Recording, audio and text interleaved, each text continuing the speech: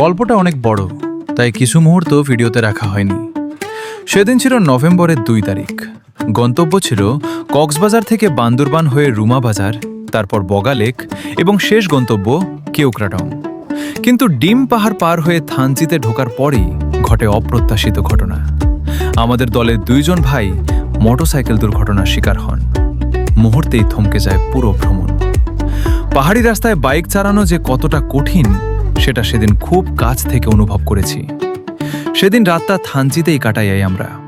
পরদিন 3 তারিখ সকাল 7টায় উ চা সুই মারমা নামের এক ভাইয়ের সাথে বের হলাম মেঘের অপূর্ব সৌন্দর্য দেখতে। মনে হচ্ছিল আমরা যেন মেঘের ভেতর দিয়ে এগিয়ে যাচ্ছি, মেঘের সাথে লুকোচুরি খেলছি। জায়গাটির নাম ছিল নীল দিগন্ত পর্যটন কেন্দ্র। সেখানে সবাই মিলে অনেক আনন্দ করেছি। গান বাজনার নাচে ভরে উঠেছিল পুরো মুহূর্তটা।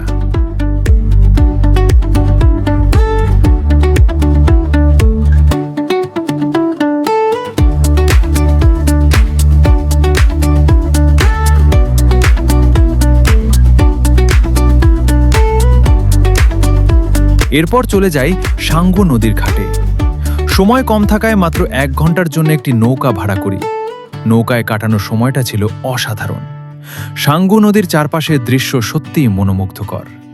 নদীর 2 পাশে পরিশ্রমী ছেলেমেয়েরা জুম চাষে ব্যস্ত ছিল।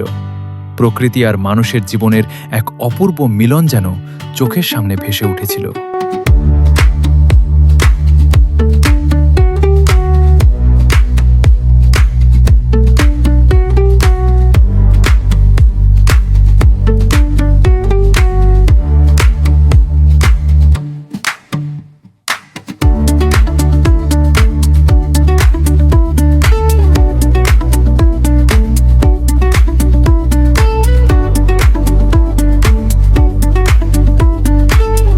অনেক সুন্দর কিছু মুহূর্ত কাটিয়ে আবার ফিরে আসি থানচিতে।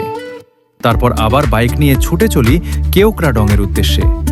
ফিরে আসব নতুন একটি পর্ব নিয়ে, যেখানে থাকবে কেওক্রাডং ভ্রমণের গল্প। আজকের ভিডিও এখানেই শেষ করছি। সবাই ভালো থাকবেন।